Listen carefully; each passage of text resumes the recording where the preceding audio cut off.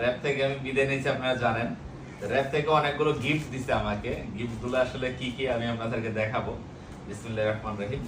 প্রথমে যেটা, মাশাআল্লাহ অনেক সুন্দর একটা তসবিহ দিছে।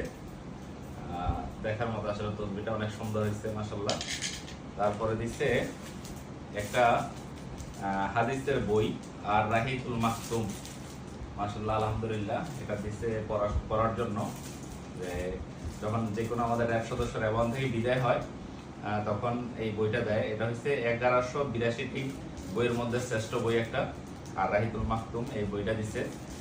তারপরে যেটা একটা দিছে সেটা হচ্ছে অনেক সুন্দর একটা জায়নামাজ। এই অনেক সুন্দর একটা, অনেক বড় একটা জায়নামাজ দিছে, নামাজের জায়নামাজ।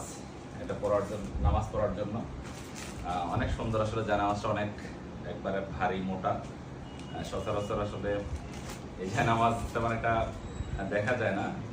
যারা স্পেশালি কিনে বা অর্ডার করে কিনে তাদের জন্য এগুলো হয়তো ওইভাবে করে নিয়ে আসে।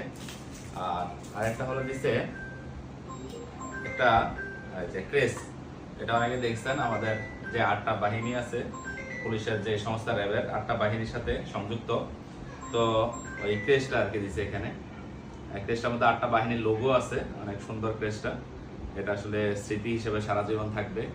তো আসলে হ্যাপি যে এরকম গিফটগুলো দেওয়ার জন্য। ধন্যবাদ র‍্যাব 1SU স্যারকে, যে এত সুন্দর আয়োজন করে আমাকে বিদায় দেওয়ার জন্য।